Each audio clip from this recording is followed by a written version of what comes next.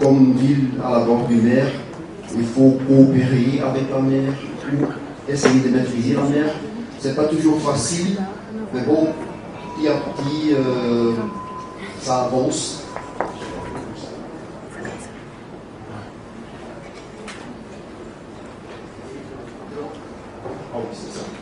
Donc, on connaît toutes les images de la mer qui peut être assez fort. C'est intéressant, c'est souvent assez touristique. Les gens aiment visiter la mer si elle est assez fort. C'est amusant, c'est bon, ça donne une certaine ambiance, mais ça devient de plus en plus dangereux. Ça peut effectuer des choses qui ne sont pas tellement amusantes. Et bon, dans les années 50, on a eu des dégâts vraiment importants. Donc, nous voulons quand même faire quelque chose pour nous protéger contre la mer. Comme la côte est vulnérable, la plupart des fonds d'air, c'est en dessous du niveau des marées hautes. Donc si on a une tempête assez importante et nous n'avons pas les précautions nécessaires, ça peut arriver à des choses assez importantes.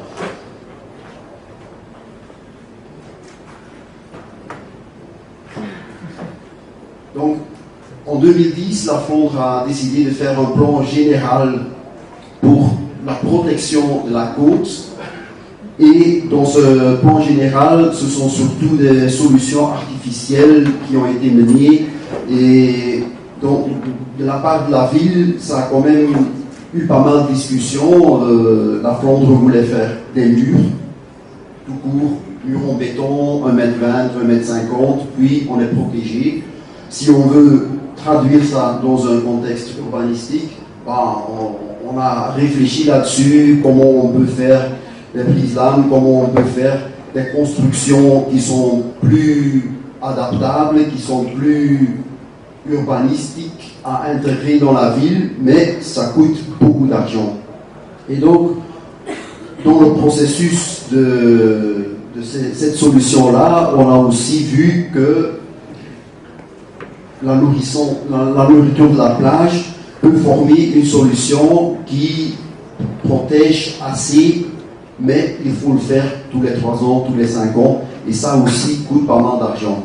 Donc ça c'est une solution, disons, semi-naturelle, mais si on a ces solutions-là, on voit que de plus en plus, s'il y a des tempêtes, ça mène à des situations pareilles, donc des cliffs sur la plage, il faut renifler, ça devient dangereux pour les gens qui vont faire des promenades. Donc, de plus en plus, on voit que simplement nourrir la plage ne suffit pas. Et donc, il y a quelques années, on a eu une tempête Odette, et on a eu des situations pareilles, donc le tram, les rues, les voitures, couverts de sable. Et donc, partons de ces images-là, c'est là que nous avons eu notre projet dans cet endroit où il y a une route, il y a un tram, donc on veut éviter des choses pareilles. Et au lieu de construire un mur en béton d'un mètre et demi ou quoi, on a se laissé inspirer sur des façons de fixer le sable. Et on a élaboré, il y a eu des inspirations, et on a élaboré un système avec des plantations, avec des tronches des petits arbres, tout ça. On a fait des carrés, et puis donc là, vous voyez une coupe. Donc on a la rue, on a une construction artificielle, et puis on a la plage et le sable qui transport éolien sur la rue, sur le tram, route bloquée, tram bloqué, c'est tous les quelques semaines qu'on a ce problème. Donc on va planter une partie de cette zone et voir comment on peut travailler avec ça. Donc là, vous voyez une image comme on a commencé avec faire des branches et puis on a planté. Et petit à petit, ça a commencé à... Le sable a monté, et même à une vitesse tellement élevée que après quelques mois, toutes les plantations étaient couvertes de sable, donc on a dû replanter. Mais ce qu'on a vu, c'est sur les endroits où on avait planté qu'il n'y avait plus de sable sur les routes, sur le tramway. Donc ça veut dire que, vous voyez là, ça fonctionne, ça garde le sable sur place. Donc ça évite que on a des problèmes sur les voiries à côté. Donc pour nous, ça nous donnait l'occasion de, on n'a plus le coût d'enlever le sable sur les voiries, sur le tram, et en plus le sable qui vient sur le tramway ou la rue est considéré comme pollué, donc on ne peut pas remettre sur la plage. Il faut amener, assainir, donc ça coûte beaucoup d'argent. Donc là, vraiment, on voulait faire quelque chose pour éviter ces trucs-là dans le futur. Et dans le projet suivant, donc on a fait des essais avec des différentes formes de plantation. Si on a une plantation dense, carrée, diagonale, donc là, on a différentes plantations et avec la communauté flamande, on a simultanément fait un monitoring pour voir quel genre de plantation fonctionne le mieux. Et là, donc là vous voyez que chaque mois on fait des mesures avec un drone, des mesures lidar pour voir comment le paysage évolue. Et on voit là le change d'élévation en mètres, les zones rouges, c'est déjà plus qu'un mètre de hauteur qu'on a gagné, donc du sable qu'on a pu sur l'endroit là. Et là, vous voyez bien qu'on a fait un petit creux à la hauteur du digue, justement pour éviter que si la sable monte sur les dunes, que ça peut tomber là et ça ne vient pas sur le digue et sur la voirie. Et donc la zone qu'on a plantée, à peu près 20 mètres, dans des carrés de 10 sur 10, ça a vraiment fonctionné et ça nous a aidé à vraiment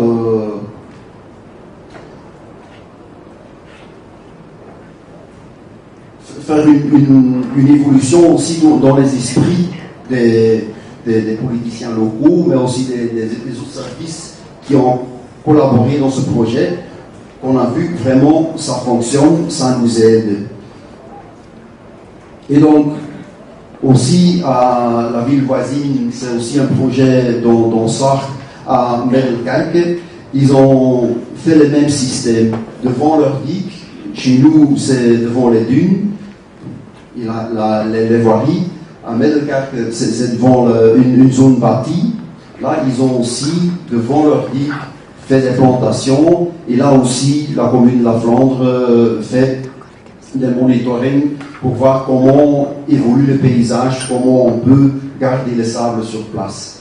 Ça, grâce à la coopération entre tous les partis, les services locaux, les services provinciaux, les services régionaux, mais aussi grâce au projet SARC, où on a pu collaborer et puis aussi avec les gens de l'agence maritime et tout ça. Donc, et pour le futur, nous espérons que de plus en plus, on a aussi une zone sur l'autre côté de l'Ostende, sur la rive gauche, où on a fait le même, et de plus en plus, on va essayer de s'adapter et de faire ce genre au lieu de faire les murs en béton, les trucs artificiels. Et l'avantage de le faire d'une façon pareille, c'est aussi que ça s'adapte facilement, mais aussi les gens peuvent s'adapter. C'est la grande différence avec des structures civiles, l'ingénierie, les murs. Ça, tout d'un coup, ça se trouve là, on ne voit plus la mer. Avec des choses pareilles, bon, au début, on ne voit presque rien. Après un an, ça monte. Et peut-être dans 5 ans, on ne verra plus la mer, la promenade, mais on verra des dunes. Mais on a le temps de s'adapter, et donc pour la population, pour les gens qui passent, ça nous donne le temps de nous adapter, et donc la façon de faire ces choses-là, ça nous aide. Juste parce qu'il n'y a pas le truc, tout d'un coup, je ne vois plus la mer. Et donc pour le futur, c'est comme on a déjà vu ce matin, donc la Flandre a sa vision côtière pour 2100. Et là aussi, ces solutions ont inspiré tout ce processus et sont intégrées dans cette vision.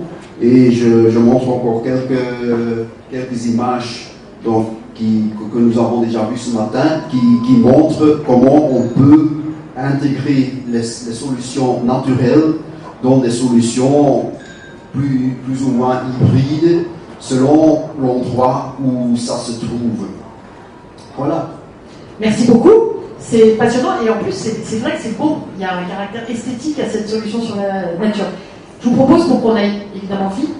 Si vous avez une question ou deux à poser à M. Vanacker, elle est la bienvenue, ou est-ce que vous considérez que tout était parfaitement clair? Monsieur... Ah, attendez le micro. Christophe va faire un petit sprint. On a vu l'exemple que vous avez donné sur Middelkerk, avec les plantations et l'installation des ganivelles sur la partie urbaine. Oui. C'est pas le choix qu'a fait Mustang? Pour l'instant, pas encore. Donc, on a commencé dans les zones où il y a des dunes, puisque là, il y avait le problème. Et bon, là, il y avait le problème surtout sur la partie que j'ai montrée du sable qui venait sur les voiries, sur le tram et tout ça. À Middelkerk, on a fait le choix. Donc là, c'était le choix, ou bien on construit un mur de 1,50 m. Donc ça veut dire que les appartements au rez-de-chaussée n'ont plus de visibilité sur la mer. Ou bien on cherche quelque chose d'autre, on avance sur la plage, on fait une petite dune qui ne vient pas tellement haut, qui donne quand même une vision plutôt sympa qu'un mur en béton. Et là, on a intégré une promenade dans cette dune en plus. Donc ça veut dire que comme nous sommes l'orientation de la côte, c'est surtout vers le nord. Donc les autres constructions font que sur la digue, jusqu'à 3 heures l'après-midi, c'est en plein ombre, parce qu'ils ont eu cette promenade plus vers la mer. Là, on peut se promener en soleil dans la dune, donc ça a donné une valeur ajoutée sur l'ensemble. Merci beaucoup. Je vous propose qu'on passe à l'intervention suivante, puisque je vous ai dit c'était du speed retour d'expérience. Patrick De Clercq. Monsieur De Clercq, il est échevin à Blankenberge. D'ailleurs, vraiment, je tiens à vous remercier tous de parler en français parce que, voilà, merci beaucoup pour vos efforts de clarté, c'est vraiment très appréciable. Échevin, je crois que ça veut dire adjoint au bourgmestre, adjoint au maire, c'est à peu près l'équivalent. Et monsieur De Clercq, vous allez nous parler évidemment des expériences menées dans votre ville et également à Vlissingen, je crois. Oui, c'est bien ça. Bon après-midi tout le monde. Mes excuses pour la façon que j'utilise la langue de Molière, mais je vais essayer de m'expliquer. Bon. Concernant la présentation du projet de SAC, je pense bien que ce matin on a déjà parlé de ça, donc je ne vais pas le répéter. Les 14 partenaires, les 7 zones pilotes, mais je vais commencer avec le site pilote à Vlissingen.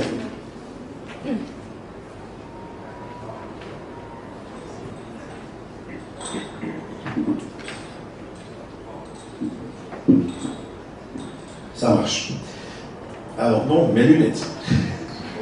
Je viens un peu vieux, mes excuses, mais... Mais non.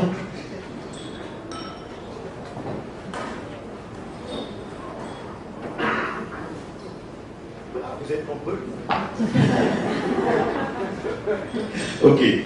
Donc la commune de Vlissingen est une des communes de la province néerlandaise de Zeeland, située du côté nord de l'estuaire de l'Escaut occidental sur l'ancienne île de Walcheren. La commune compte 44 000 habitants sur une superficie de 344 km².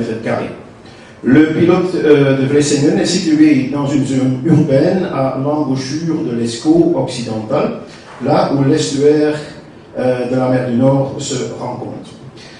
Le projet envisageait la conception et la mise en œuvre d'une nouvelle façon de penser des espaces publics sensibles au climat dans des zones côtières urbaines, dans le but de se concentrer sur des mesures durables, naturelles et vertes qui protègent à long terme la zone urbaine contre les inondations lors des tempêtes.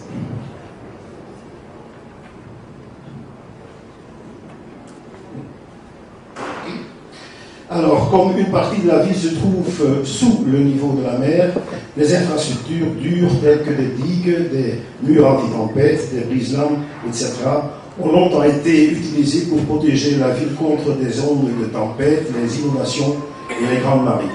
Il y a donc une grande différence de niveau entre les infrastructures de protection et la zone résidentielle derrière celle-ci. Sur le côté gauche de l'écran, vous pouvez aussi voir les images des inondations à Vlissingen en 1953.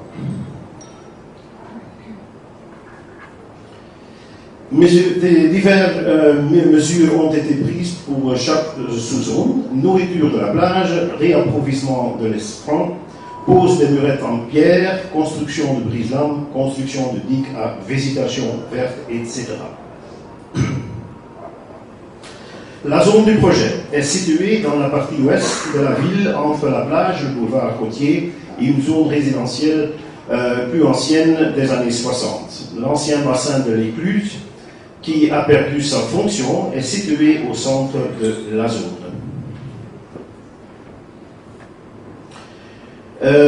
Donc, le concept est de guider l'eau de mer dans la ville de manière contrôlée en utilisant des routes, des rues et les passages existants. Aussi freiner la vitesse de l'eau de mer et retenir temporairement l'eau dans les zones vertes.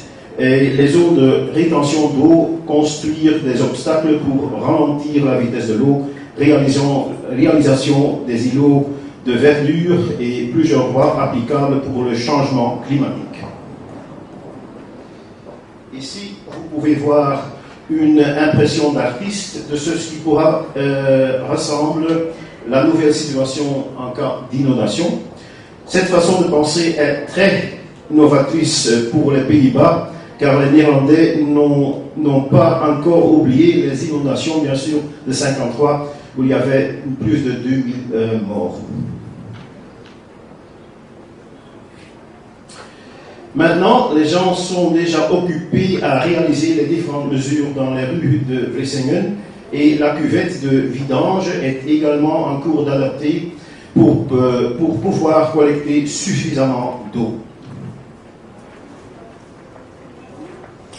Une des choses dans le projet SART pour Vlissingen est l'exploration de toute la zone côtière et l'applicabilité des solutions basées sur la nature. Il s'agit d'une exploration au niveau théorique et politique qui peut être utilisée pour le développement des politiques futures par la commune de Vlissingen et ses partenaires.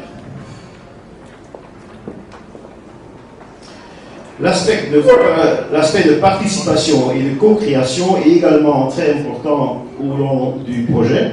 Afin de permettre une participation suffisante des parties prenantes, de nombreux moments de concertation ont été organisés, c'est-à-dire des sondages, des enquêtes publiques, des participations au permis d'urbanisme, sciences d'information, etc. Alors maintenant, le projet de Blankenberg. Donc la ville de Blankenberg est une des 10 stations balnéaires de la côte belge, située dans la province de la Flandre occidentale. La commune compte environ 20 500 habitants. Parfois, il n'est pas facile de convaincre certains groupes cibles, et certainement les hommes et les femmes politiques, que des mesures supplémentaires sont nécessaires dans le contexte du changement climatique et l'évaluation du niveau de la mer, car il estime que les mesures existantes sont suffisantes. Cette attitude passive change lors que certains événements problématiques se produisent.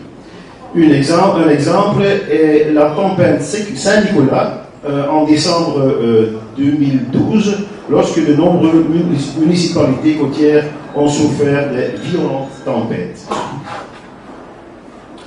Le site pilote comprend une partie des dunes entre Blankenberge et Zeebrugge et la route adjacente de ces dunes.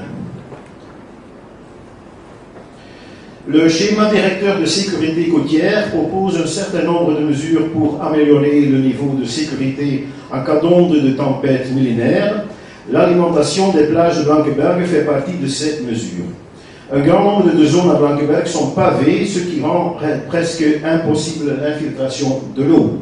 De plus, la ville est très densément bâtie, de sorte que la présence d'espaces verts peut apporter une grande valeur ajoutée. La partie de la bande côtière la plus proche des dunes a été morcelée.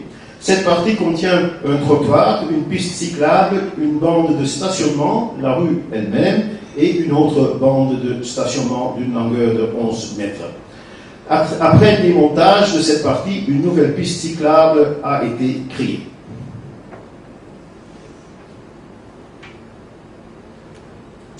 Ici, vous pouvez voir dans une perspective temporelle le travail effectué et l'amophile a été planté. L'amophile a des longs rhizomes qui pénètrent profondément dans le zone et retiennent le sable. Par conséquent, elle est largement plantée.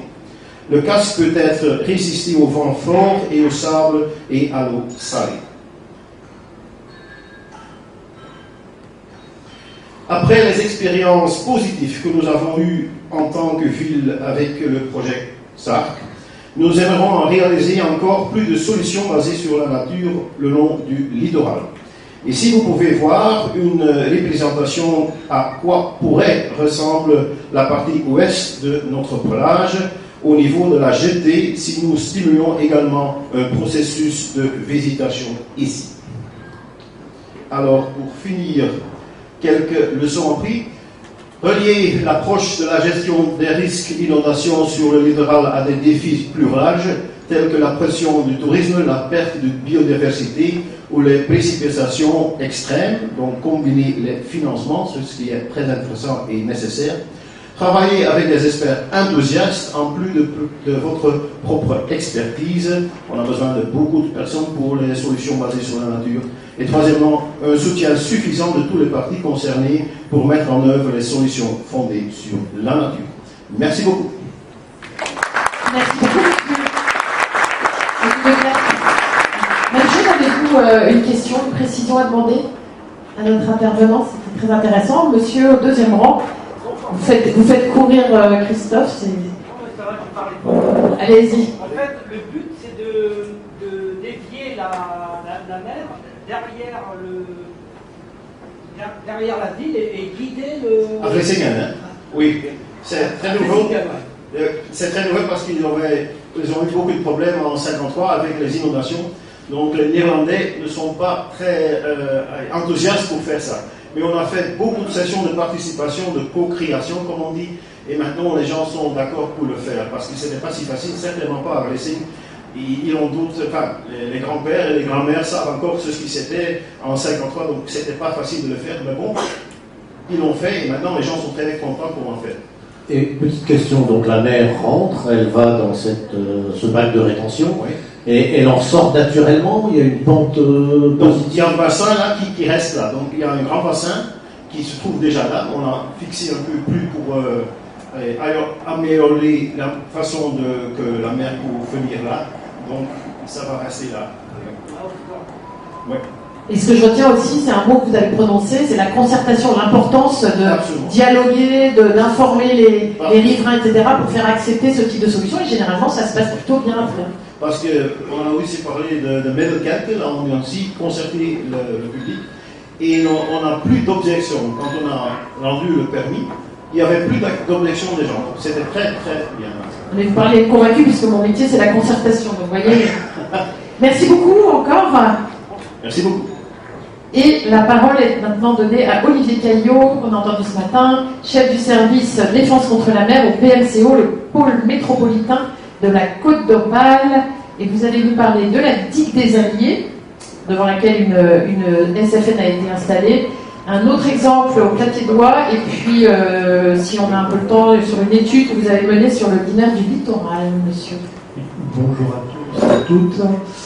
Alors, j'avais commencé mon diaporama justement par cette étude-là. Donc, mais par contre, c'est pas mon diaporama. Je reviens. Le temps juste de trouver la bonne slide. Est-ce que c'est ça? C'est ça. C'est l'autre. C'est l'autre.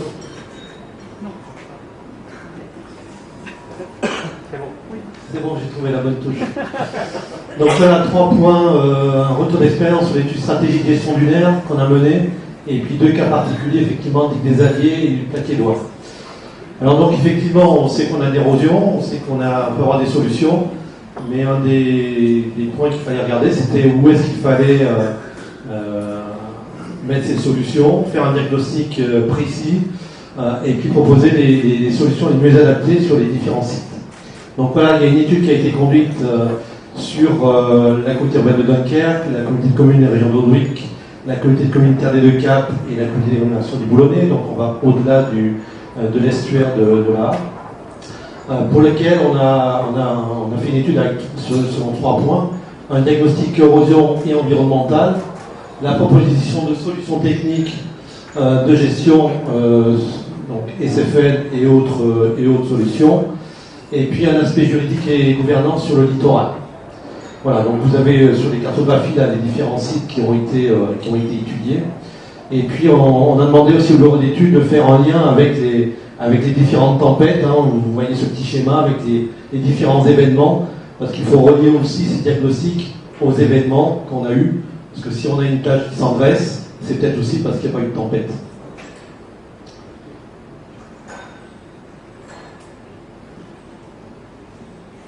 J'appuie sur la bonne touche. Donc voilà, en fait, le diagnostic nous a permis d'élaborer des critères de santé en fait de l'estran et puis des dunes, et essayer de définir un peu si les secteurs étaient en bonne santé ou en mauvaise santé. Donc vous avez une ligne rouge là qui est le seuil de largeur de plage, et puis des bâtons qui correspondent à la santé en fait de chacun des sites. Et on voit certains secteurs qui sont en bonne santé, sur le Fort Vert et Gros-Ban CCRA, et sur la Cure on a une santé qui est plutôt bonne, en étant un peu plus limite sur de Vulge, Marchand et Perroquet, c'est-à-dire à l'est dunkerquois. C'est-à-dire qu'on peut avoir un enchaînement de plusieurs tempêtes et basculer dans du négatif. Donc c'est pour ça qu'il faut être très vigilant sur ces secteurs qui sont un peu à la limite. Sur la CCT2C, donc Vissant, on en a parlé tout à l'heure, on voit qu'on est clairement en déficit, des largeurs de plage qui sont en dessous de ce seuil qui a été défini, et donc ce qui montre une mauvaise santé de ce secteur-là.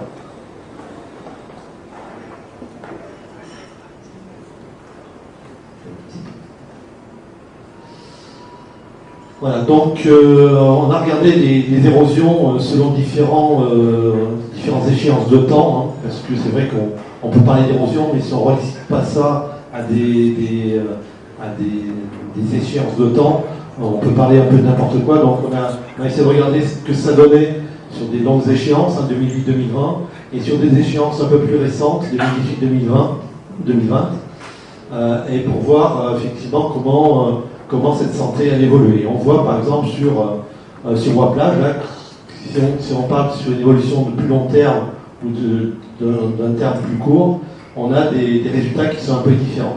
Donc il faut bien analyser tout ça, regarder la volumétrie aussi qui est en jeu au niveau de l'estran mais aussi des dunes, pour essayer de se faire une idée sur combien on perd de sable sur la durée mais aussi par an.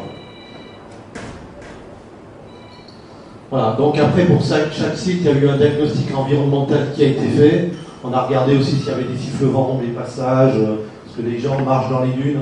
Alors ça peut être très sympathique, mais pour la biodiversité, c'est pas terrible.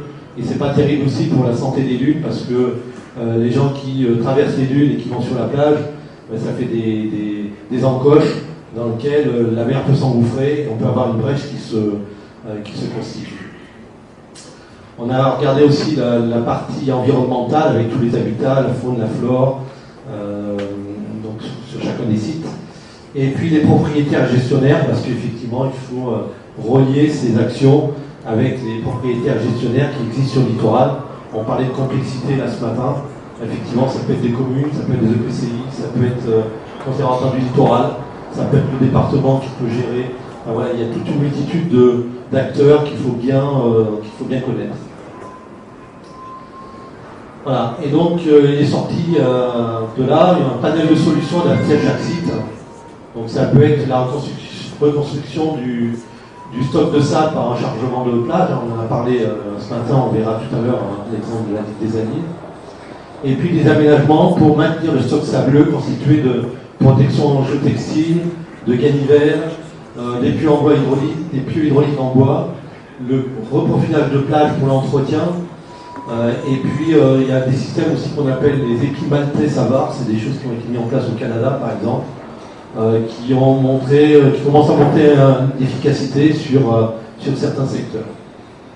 Donc voilà, il y a toute cette boîte à outils, on va dire, qui a été proposée aux gestionnaires du littoral pour qu'ils puissent adapter les actions sur chacun des sites. Voilà, donc ça c'était l'étude générale, et puis voilà les deux exemples des Alliés. Donc Julien en a parlé ce matin avec un rechargement massif. Donc on est à Dunkerque là, c'est ça? On est à Dunkerque. On est à Dunkerque avec Malo qui se situe à l'est. Je ne sais pas si j'ai une. C'est ça là. Avec Malo qui est ici, la digue des Alliés qui est ici, et donc qui est un système d'endiguement avec une protection forte, puisqu'il protège le centre de Dunkerque et beaucoup d'habitations sur Dunkerque. Donc c'est un système qui a été autorisé par l'État, avec la nécessité pour avoir une bonne protection d'un niveau de sable qui soit devant. Donc c'est pour ça qu'il y a eu ce rechargement de fait. Et avec ce rechargement, il a été mis en place donc des solutions basées sur la nature, avec des filets brise-vent et plantation d'Oya. On voit en photo là, la drague qui vient réalimenter régulièrement, parce qu'on a un petit secteur qui est un peu plus érosif ici, qui est lié à une concentration d'énergie. Et donc régulièrement, il y a du sable qui est amené pour maintenir le niveau de protection sur ce secteur. Voilà, donc là vous avez des photos qui vous montrent un peu l'avant, le pendant et l'après. Donc où là on voit effectivement que le niveau de sable était assez bas sur la digue. Hein. Et donc après rechargement, on a un niveau de sable qui est remonté presque en crête. Et après donc le développement de la végétation liée à la pose de ganivelles, de filets. On voit les oyas qui se sont développés. Donc une vraie dune naturelle qui s'est développée à l'avant de cet ouvrage. Là, vous avez la photo, la vue aérienne qui a été prise en septembre 2022, voilà, il n'y a pas meilleure illustration. Hein. On voit toute cette végétation qui s'est développée devant, sur ce cordon dunaire, où les grands gravelots viennent nicher, où on va essayer, les gestionnaires vont faire en sorte que la population n'aille pas trop dedans pour les déranger, pour qu'ils puissent continuer à se développer. Mais voilà, là, on a l'exemple type de confrontation, enfin pas de confrontation, mais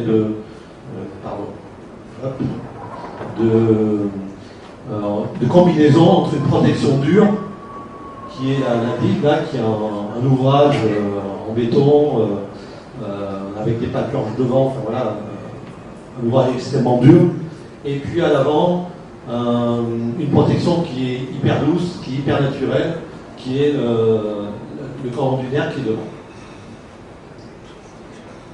Voilà, ça c'était pour la digue des Alliés, et là c'est pour le Plaquiédois. Donc le Plaquiédois, a trouvé des photos qui avaient été faites dans le cadre d'un dossier qu'avait monté Fanny lorsqu'elle était dans la CCRA, et qui illustre bien un peu ces solutions fondées sur la nature. Déjà dans les années 90, elles étaient mises en place.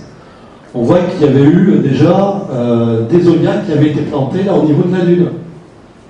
Après, il y a eu de l'érosion. Il y a eu de l'érosion, 90, 2000, nouvelles solutions fondées sur la nature. Il y a eu des pieux qui ont été mis en place, des pieux hydrauliques pour essayer de diminuer l'effet de la houle. Et puis des casiers qui ont été mis avec des ganivelles. Et qui ont bien fonctionné, hein, parce que là, on voit, on est en bas, et puis là, la moitié des pieux ont été remplis. Donc ça a bien joué son rôle. Après, il y a eu encore des tempêtes, les années 2000, ça a érodé, fortement érodé. Donc, il y a eu encore des casiers de remis avec des solutions fondées sur la nature. Donc des pieux avec des canivelles pour essayer de récupérer le maximum de sable. Dans les années 2010, on a eu des événements importants avec Eleanor en 2018. Et c'est vrai que la succession de ces événements font que ça va plus vite que les solutions fondées sur la nature. Comme je le disais, au départ, quand ces solutions ont été mises, elles ont été mises sur une plage sèche. Et à force d'éroder, ces solutions, elles viennent sur l'estran qui est malheureusement submergé par la mer lors de forts coefficients. Et donc leur efficacité, elle diminue.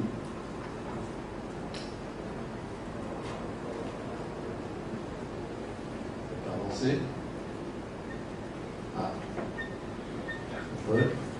Voilà, donc en 2018, encore des solutions qui ont été mises en place, hein, avec des filets coco, et puis des fascines qui ont été mises en place, hein, avec une association d'insertion donc, qui travaillait pour mettre en place ces fagots, et qui ont une bonne efficacité aussi. Les sapins, ça a été un petit peu moins probant comme efficacité. On voit bien l'efficacité des fascines, hein, où on a des monticules qui sont un peu de mal avec C'est vers ici en fait. Il faut regarder vers l'ordinateur, se diriger vers l'ordinateur. le pointage. C'est pas une télé en fait, il faut mettre ici le pointage. Il faut se diriger vers l'ordinateur, monsieur. Ouais. Alors, c'est le pointage, Ah, le petit pointage rouge. Voilà. Donc on voit bien les petits monticules qui se font entre les fagots, là, les fascines. Et puis, et au niveau des filets aussi, on avait un bon réendressement. Voilà, donc c'est un travail de tous les jours, parce que ces solutions, elles ont été mises en place depuis les années 90, mais on peut considérer que si elles n'avaient pas été mises en place, la Dune, elle aurait reculé beaucoup plus. Donc effectivement, c'est un travail qu'il faut renouveler sans cesse, qui mobilise pas mal d'énergie. Pas trop d'argent parce que c'est pas tellement cher, mais c'est vrai que ça mobilise beaucoup d'énergie, des dossiers réglementaires, etc. Et là, depuis 2021, il n'y a plus possibilité de mettre de SFN. Pourquoi ? Parce qu'il y a eu une érosion telle qu'en fait, il y a des relargages pyrotechniques qui se sont faits, et on a identifié beaucoup de cibles pyrotechniques qui sont sur la... Ça veut dire quoi des relargages pyrotechniques? Ça me parle En pas. fait, c'est que la Dune avait érodé. Et on s'est aperçu que pendant la guerre mondiale, il y avait eu des stocks de munitions qui étaient dans les dunes. Et comme il y a eu cette érosion, et ben, les a mis à jour, quoi. Voilà, ça les a mis à jour et elles descendent sur la plage. Et quand on a voulu présenter des dossiers pour remettre ces solutions fondées sur la nature, la préfecture maritime nous a dit hop, non, on n'est plus d'accord, on ne veut pas, vous dépolluez l'ensemble de la plage. Donc vous voyez, on a mis le résultat, il y a 3500 cibles, donc il faut aller gratter avec une petite pelleteuse et puis un atelier spécifique avec des démineurs, et puis des surfaces aussi qui sont extrêmement importantes de zones saturées, là, 17 000, ça fait 1,7 hectare, où il faut tout gratter pour enlever ce qu'il y a. Alors une cible, c'est pas forcément un explosif. Ne rentrez pas chez vous en disant, là, je vais plus au plage parce que c'est bourré d'explosifs. Enfin, je tiens à le préciser, hein. J'avais fait participé à une dépollution pyrotechnique sur Sangatte. Il y avait eu 2500 cibles et au total, on a eu 26 explosifs qui ont été retirés. Donc chaque cible, là, ça peut être un bout de ferraille. Mais il peut y avoir aussi un explosif, une bombe, etc. Et donc voilà, on est confronté à cette problématique-là qui coûte extrêmement cher. C'est sûrement au-dessus du million d'euros, avec des coûts exorbitants, des contraintes environnementales qui sont fortes, parce qu'on ne peut pas agir quand on veut, parce qu'il y a les habitats, il y a la faune, la flore, etc. à préserver. Un tourisme estival d'été qui vient sur la plage, et les contraintes de marée. Donc voilà, ces solutions, malheureusement, on ne peut plus les mettre en place sur ce secteur-là, parce qu'on est complètement bloqué par ce dispositif. D'abord, réparer d'autres dégâts humains causés par l'être humain. Vous concluez parce qu'on a encore 2 interventions derrière vous, monsieur Caillot. Ah, c'est fini, ben voilà. Est-ce que vous avez une question à poser à Olivier Caillot? Oui.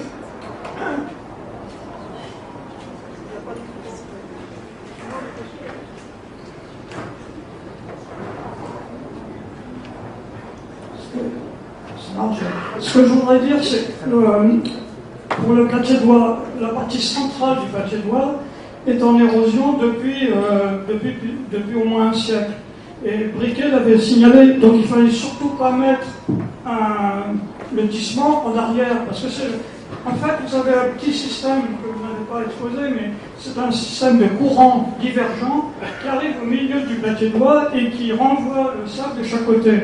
Et le seul endroit fragile du Platédois, c'était là.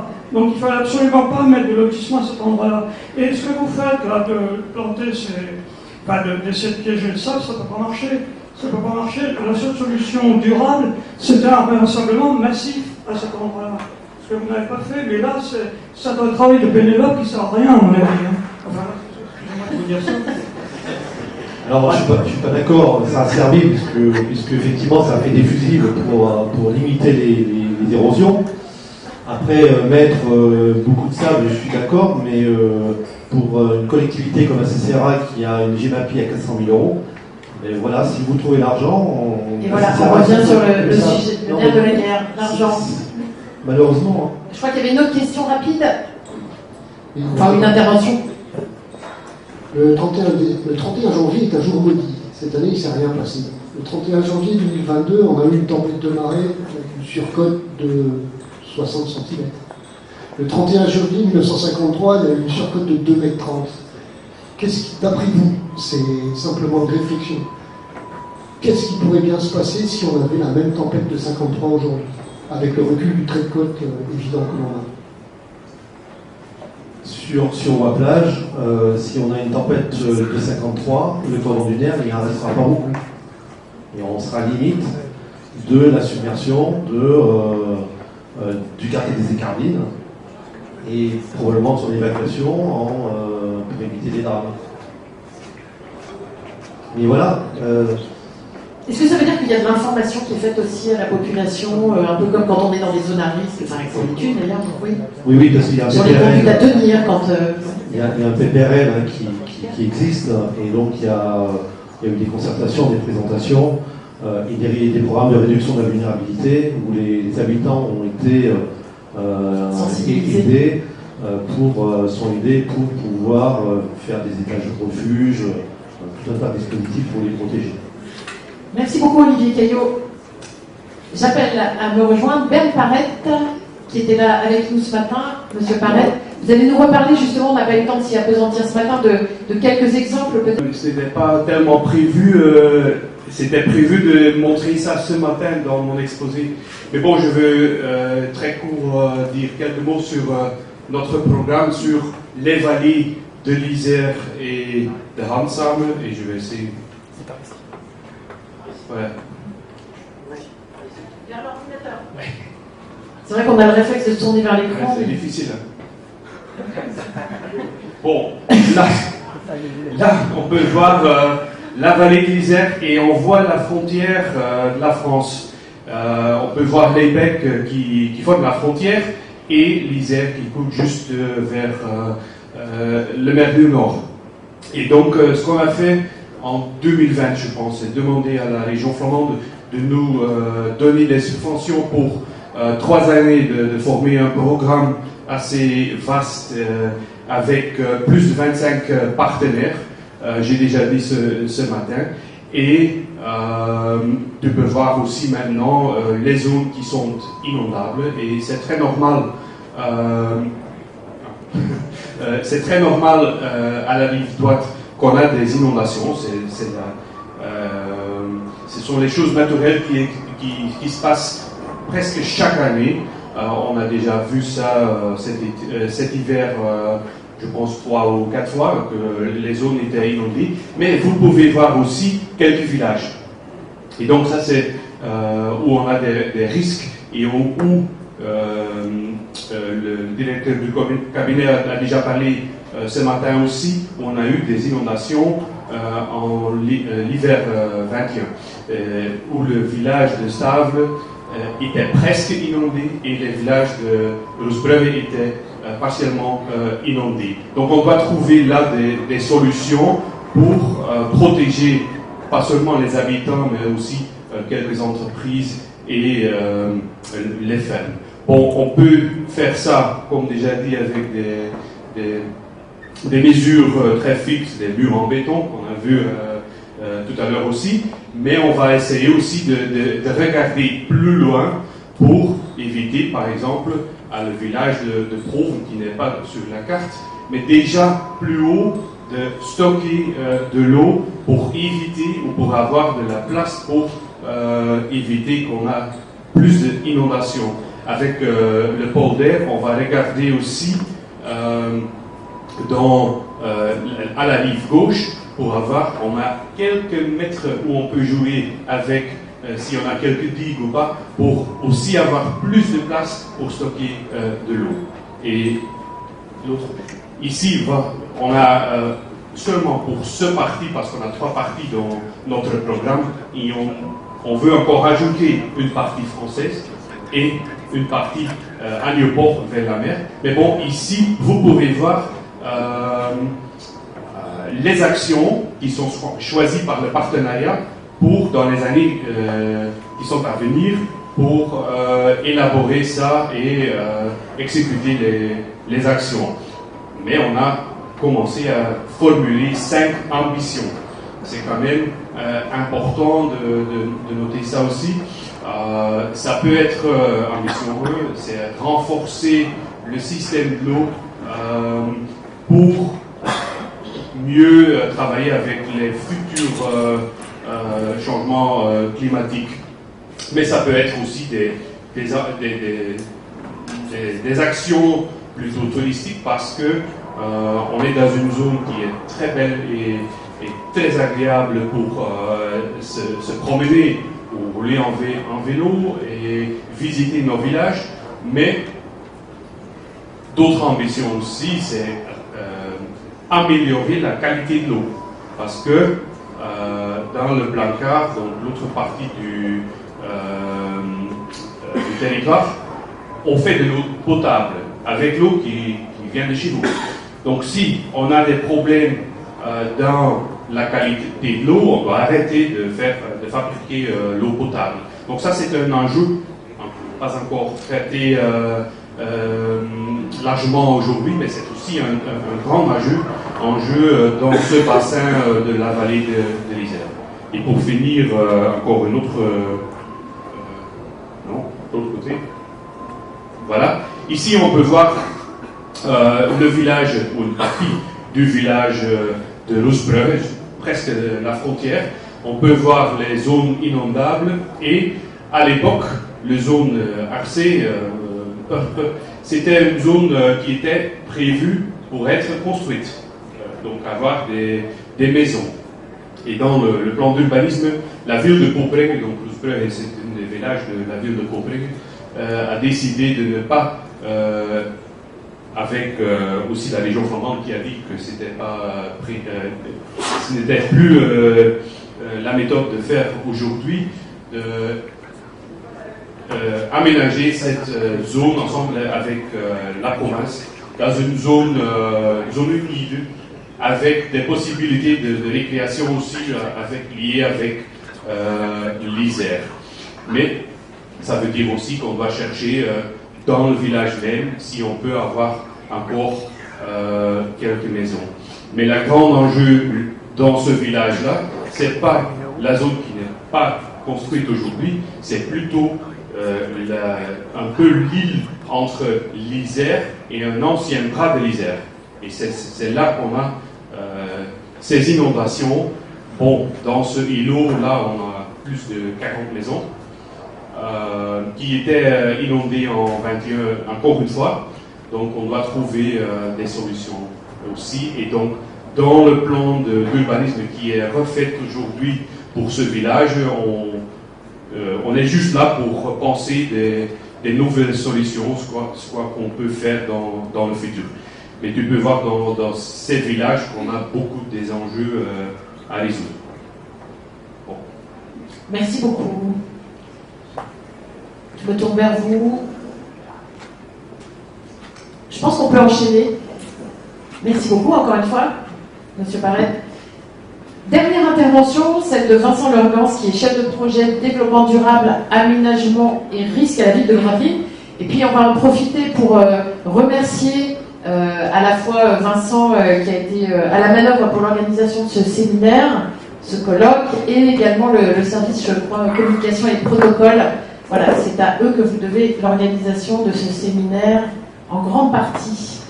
Il y a un micro ici, Monsieur Lorgans, si vous voulez, vous allez nous parler de Galiviel, justement, vous également.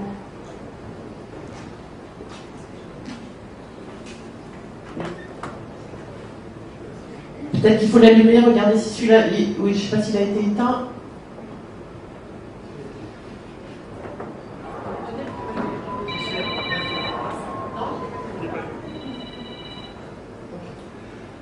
Voilà, donc la question en fait de la protection, la question d'une dune à l'échelle d'une commune. Tout à l'heure, en fait, vous avez entendu des experts qui vous ont montré en fait des solutions qui ont été mises en place sur des territoires. Nous, à notre modeste échelle d'une commune, je vais vous montrer ce qu'on a mis en fait dans le cadre du projet SARC. Ce que vous avez là, notamment, en fait, c'est la tempête Xaver qu'on a eu à Gravelines. Mais l'objectif de mon intervention, c'est de montrer la difficulté de gérer la différence entre la protection face aux inondations et les usages. On peut avoir également de la plage. Parce que Gravelines, vous voyez là, c'est des cabines de plage, c'est une plage qui est très aménagée avec pas mal d'animation. C'est aussi une base de char à voile. L'élu délégué au nautisme est là, il a parlé ce matin. Donc c'est ça veut dire gérer les conflits qu'il peut y avoir entre ces activités et la question de la protection face aux inondations, la gestion du milieu de vie. Gravelines, c'est aussi, si vous ne connaissez pas, allez voir l'estran à Gravelines, c'est 2 km d'estran, on a déjà perdu un préleveur de qualité des eaux de baignade entre la mer et la petite promenade. Donc de prime abord, on dirait que c'est un énorme terrain de jeu pour les solutions basées sur la nature, sauf que forcément, c'est l'estran, donc à marée haute, la mer arrive jusque la petite promenade. Ça veut dire qu'il va falloir trouver des solutions, certes pour protéger les habitants, mais aussi pour maintenir les activités que nous demande la population. En 2008, je vais passer assez rapidement sur ces parties-là, mais c'est important, c'est que les services de l'État avaient mis en place une gestion, un état des lieux en fait, des ouvrages de défense à la mer, qu'ils soient naturels ou anthropiques. Les services de l'État sont là, c'est eux qui l'avaient mis en place en 2008. On voit, je le dis tout de suite, ici c'est la centrale, je pense qu'il y en a pas mal qui se posent la question de comment est protégée la centrale. On a un milieu dunaire devant une digue. Nous, ce qui va nous intéresser là, c'est la partie qui est ici. Donc on voit avec j'ai mis un grossissement ici, une partie du cordon dunaire, très étroit, avec un risque de rupture du milieu dunaire qui était jugé à l'époque assez important. En 2013, je vais aller vite aussi là-dessus, mais c'est important que vous l'ayez en tête, monsieur le maire en a parlé tout à l'heure. En 2013, les services de l'État identifient deux risques possibles d'inondation sur Gravelines, le débordement du chenal, le chenal de la Hape, et une brèche sur le milieu dunaire. Avec Vous voyez en fait la quasi-totalité de la ville inondable, donc avec des mesures d'urbanisme qui sont mises en œuvre sur ce territoire. Si on regarde plus précisément ce qui nous occupe aujourd'hui, c'est-à-dire la partie risque de rupture du milieu dunaire. Le risque du milieu dunaire, ça veut dire la possibilité d'avoir une brèche ici, sur le milieu dunaire en cas d'événements météo exceptionnels, avec 224 habitations derrière qui seraient inondées dans les 15 minutes. Assez rapidement. Quand forcément on montre ça aux élus, certes il y a des mesures d'urbanisme à prendre, mais c'est aussi comment on va protéger les habitants qui se trouvent là.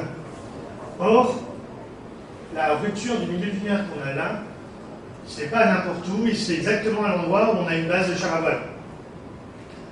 Vous comprenez bien que si on demande aux gens de prime abord, qu'on dit si vous voulez protéger les gens, c'est simple, vous enlevez la base de char à voile. Vous maintenez un milieu dunaire et vous enlevez la base de char à voile. Sans forcément, les usagers n'étaient pas tout à fait de ces avis.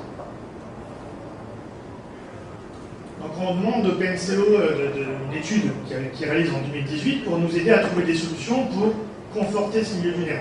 Le problème de ce milieu dunaire, le risque de rupture, il vient d'où? Il vient de l'étroitesse du milieu dunaire. Comment on peut faire pour élargir le milieu dunaire et donc réduire la vulnérabilité du territoire face à ce risque d'inondation? Je ne vais pas aller dans le détail de l'étude, mais ce qu'elle montre, ce qu'on savait déjà en partie, c'est qu'on a un phénomène d'agression naturelle, c'est-à-dire qu'on a de la chance ici à Gravelines, c'est que si on ne fait rien, le sable vient naturellement engraisser le milieu dunaire. Malheureusement, ce qu'on fait depuis des années, c'est que de par les usages, on fait tout pour aller contre la nature et gagner d'espace pour les animations et donc réduire notre capacité à lutter contre les inondations. Ici, on a des photos en fait, qui ont été prises auparavant, dans les années 70, il n'y avait même pas de milieu dunaire. Malheureusement, en fait, on n'a pas de retour d'expérience. J'aurais bien aimé savoir ce qui s'était passé dans les années 50 à cet endroit-là, quand on a eu l'effet météo exceptionnel. On ne sait pas si ça a véritablement été inondé. Ce qu'on sait, c'est que petit à petit, le milieu dunaire s'est constitué. Il s'est constitué en partie aussi parce qu'il y a eu d'énormes bouleversements, c'est-à-dire la création du grand port de Dunkerque, qui forcément a modifié largement l'estran et qui a généré ce phénomène d'agression naturelle. Ce qu'on voit en 2013, ici, une photo de 2013, c'est qu'on avait certes un milieu dunaire, mais en gros, on n'y faisait pas vraiment attention. On mettait les cabines juste à côté, on était même prêt à taper dedans, pour laisser passer les cabines, et donc en fait, c'est nous-mêmes mettions en œuvre des actions à l'encontre de la nature pour pouvoir gagner des espaces pour les animations.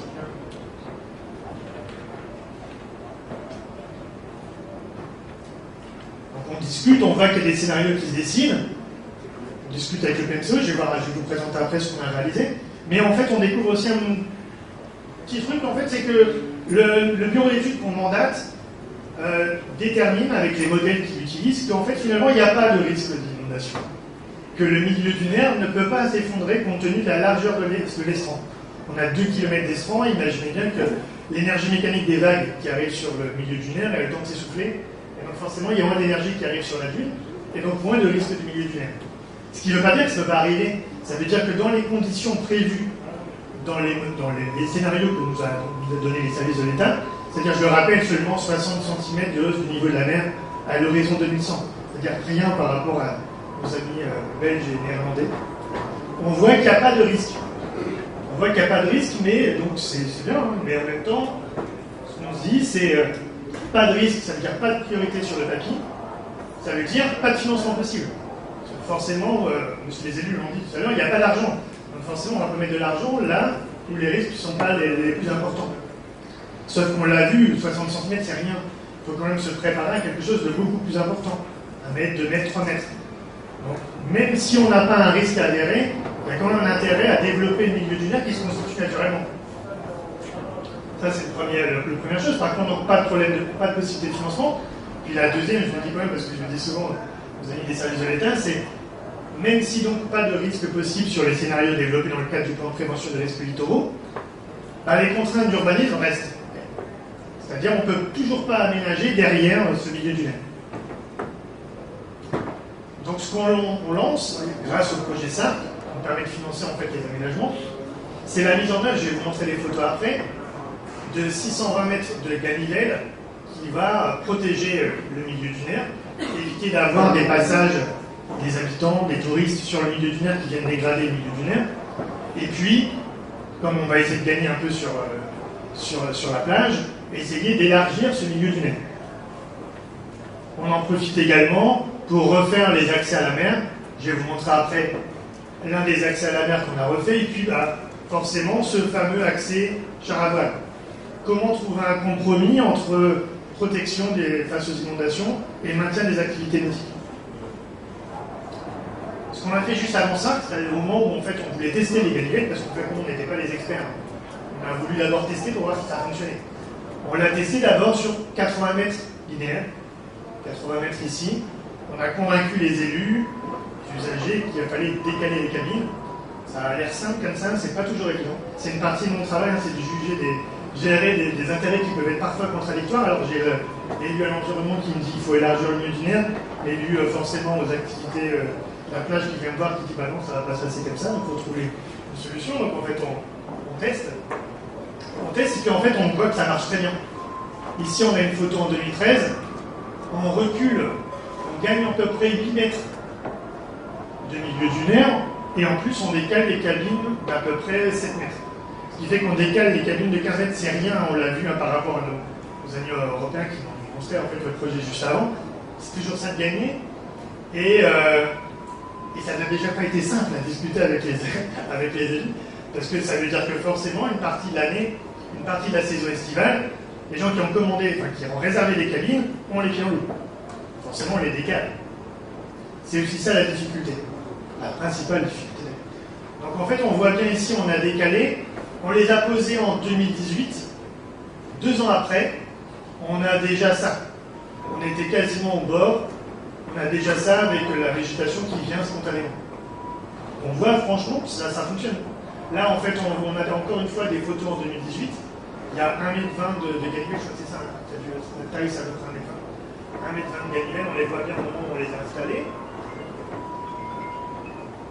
Là, en 2003, on voit comment c'était, c'est-à-dire un milieu dunaire, mais qui n'était pas protégé. Ici, on voit, quelques temps après, ici, on est encore en 2020. Aussi, on voit qu'on a gagné quasiment, on est quasiment à la hauteur des ganivelles. Donc, ça nous a permis de faire sur 8 mètres, on a gagné quasiment déjà 1,20 m de milieu dunaire. Là, on le voit un peu mieux au moment de la pause, 2 ans après. Vous voyez, on a une photo, je crois, après, là, où on voit encore mieux ici, en fait, l'engraissement qu'on peut avoir naturellement, qui pendant des années, on aurait pu avoir un énorme milieu dunaire, en fait, si on avait mis en place ça il y a 20 ans. Mais par les usages, on a malheureusement tapé dans ce milieu dunaire au fil et à mesure des années, et on essaye de changer cette stratégie pour nous adapter justement à la nature et nous permettre de constituer un milieu dunaire et donc une protection face aux inondations.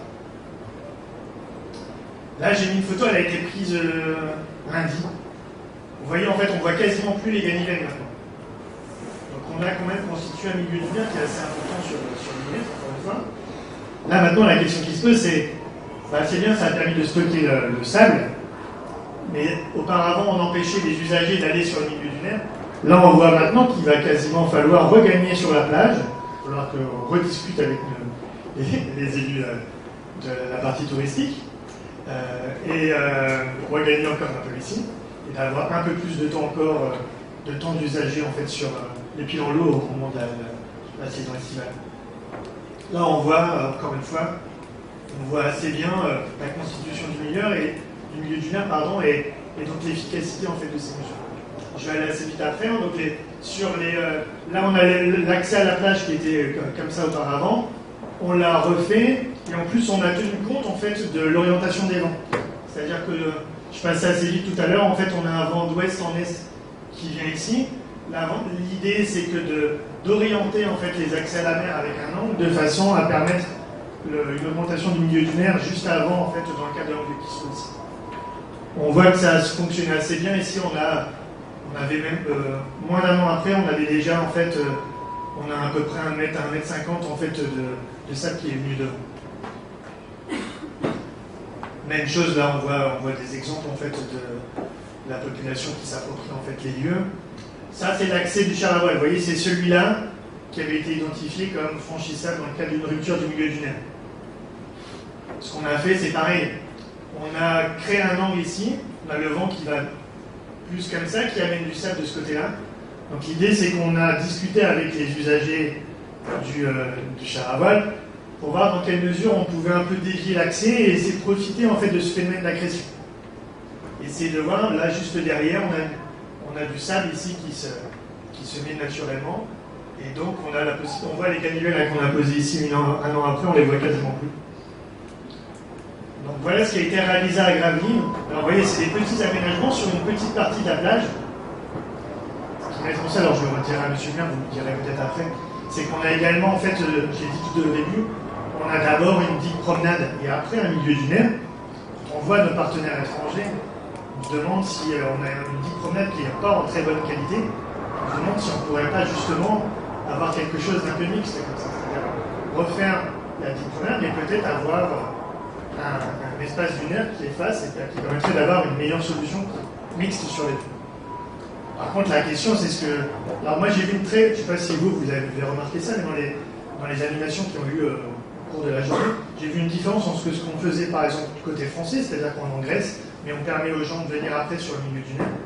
Et j'ai vu notamment les exemples qui ont été présentés juste avant, où en fait, on va changer la vision de ce qu'on peut avoir de la digue promenade sur la mer.